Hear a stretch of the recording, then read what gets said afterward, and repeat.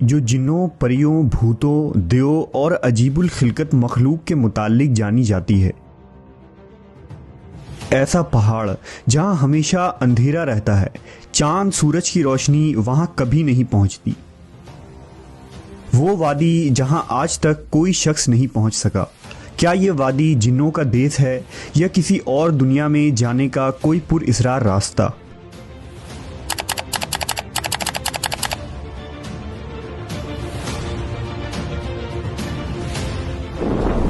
کوہ قاف کا نام سامنے آتے ہی کوئی گمشدہ عربی کہانیاں ذہن میں جاگ اٹھتی ہے۔ ایسی کہانیاں جو بادشاہوں کی حسین شہزادیوں سے شروع ہو کر جنوں اور پریوں کے زیر قبضہ ہیبت ناک قلعوں اور طلسم سے جڑی ہوتی ہے۔ ایسی کہانیوں کا مرکز عام طور پر یہ ہوتا ہے کہ فلاں ملک کے طاقتور بادشاہ کی حسین اور نرم و نازک شہزادی کو فلاں جن یا دیو نے اغوا کیا اور کوہ قاف کے کسی وادی کے تاریک محل میں لے جا کر قید کر دیا۔ اس طرح کی کہانیاں ہندوستان، ایران اور عرب علاقوں کے افسانوی اور ادبی کتابوں میں اہم مقام رکھتی ہے۔ تحریری شکل میں موجود ہونے کے علاوہ یہ داستانیں سینہ بسینہ روایتوں کی شکل میں بھی منتقل ہوئی ہیں۔ جبل قاف یا کوہ قاف مشرقی وسطیٰ اور عربوں کے مشہور افسانوں میں ایک افسانوی پہاڑی سلسلے کا نام ہے۔ اسلامی روایتوں میں کوہ قاف کو جنوں کا وطن کہا جاتا ہے جسے خدا نے چمکتے زمرد سے بنایا ہے، جبکہ ایرانی روایتوں کے مطابق یہ علاقہ شمالی قفقاز کے علاقوں میں تھا، جس علاقے کو انسانوں کے کسی حکومت نے بھی آج تک قبضہ کرنے سے ناکام رہا، کیونکہ قدیم علم نے ان بلند پہاڑی علاقوں کو اسرار میں ڈھانپ رکھا تھا۔ کوہ قاف دراصل ایک طویل پہاڑی سلسلہ ہے۔ یہ زمین کا سب سے دور دراز مقام کہا جاتا ہے، جو داستانوں میں زرتشت کی زمین اور سیمرغ نامی پرندے کی وجہ سے مشہور ہے۔ کہتے ہیں کہ کوہ قاف سبز زمرد پر مشتمل ہے، جس کے عکس نے آسمان کو سبز رنگ عطا کیا ہے۔ کوہ قاف کو جنوں کا شہر بھی کہا جاتا ہے، جہاں زمانہ قدیم میں جنات کی نسلوں نے بہت ساری حکومتیں قائم کی تھی۔ امام قزوینی لکھتے ہیں کہ کوہ قاف کئی علاقوں میں منقسم ہے، جس میں 70 زمینیں چاندی کی ہیں، 70 زمینیں سونے کی ہیں اور 70 مشک کی۔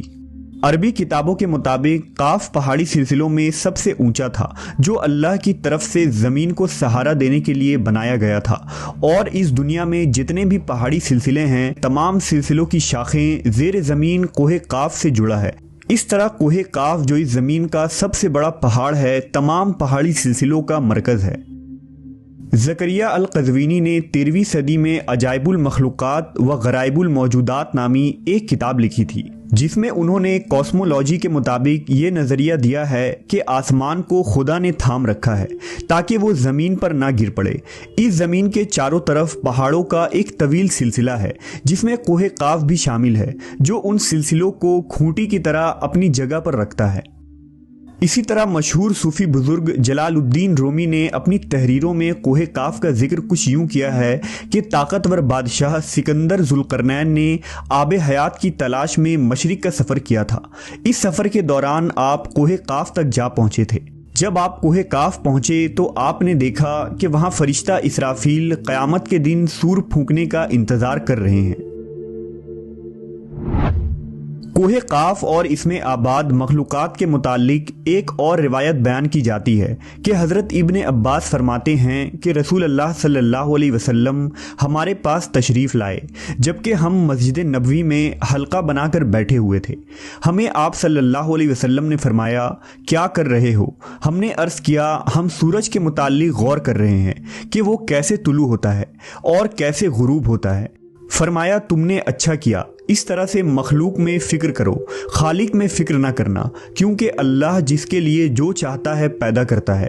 تم اس سے تعجب کرو کہ کوہ قاف سے آگے 7 سمندر ہیں، ہر سمندر 500 سال سفر کرنے کے برابر طویل ہے، اور اس کے آگے 7 زمینیں بھی ہیں جن کا نور ان کے باسیوں کے لیے چمکتا ہے۔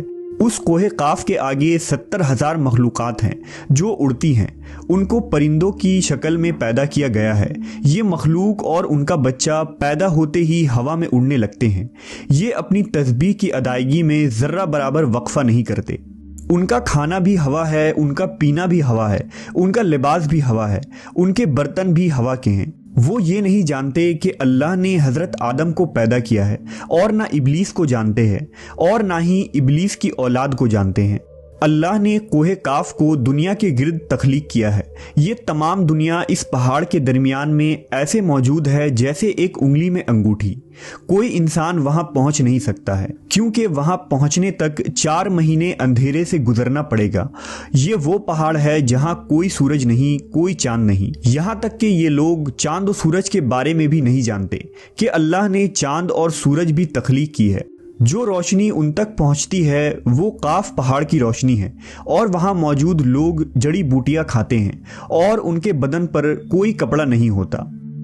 صحابہ نے پوچھا، یا رسول اللہ، کیا وہ لوگ فرشتے ہیں؟ آپ نے ارشاد فرمایا، نہیں، وہ فرشتے نہیں، لیکن اللہ سے ان کی فرما برداری بالکل فرشتے کی طرح ہے۔